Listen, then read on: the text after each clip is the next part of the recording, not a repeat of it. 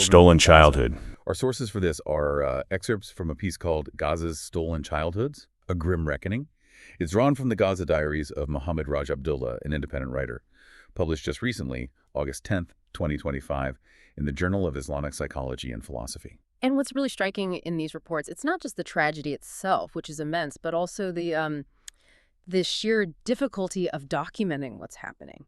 You know, documenting in a conflict zone like this, it's a fundamental challenge. Right. And this difficulty, it impacts everything. Accountability, understanding the real scale, even just historical memory. Our job here is really to navigate these accounts, pull out the key insights, and help you understand both the scale and the deeply personal impact. Exactly. We're looking beyond just the night of today. We're trying to see the lives behind them as presented in these accounts.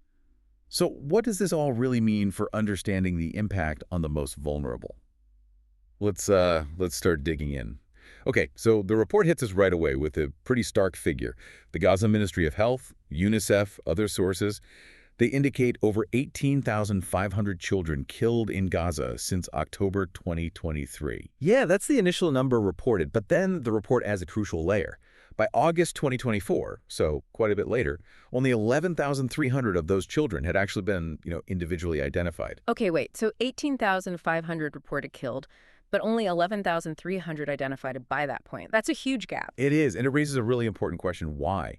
Why weren't they all identified? What does that gap tell us about the situation on the ground? That's a critical point. Does the report get into why there are these limitations? I mean, beyond the obvious chaos. It does. It explicitly mentions the severe difficulties in getting comprehensive lists. Names, ages, how they died for such a huge number of children. And the reasons are? Well, it stems directly from the ongoing fighting, obviously, but also the destruction of infrastructure, hospitals, morgues. They're overwhelmed or damaged. And then there's the immense challenge of actually identifying bodies, especially when, as the report notes, many are believed to still be under rubble.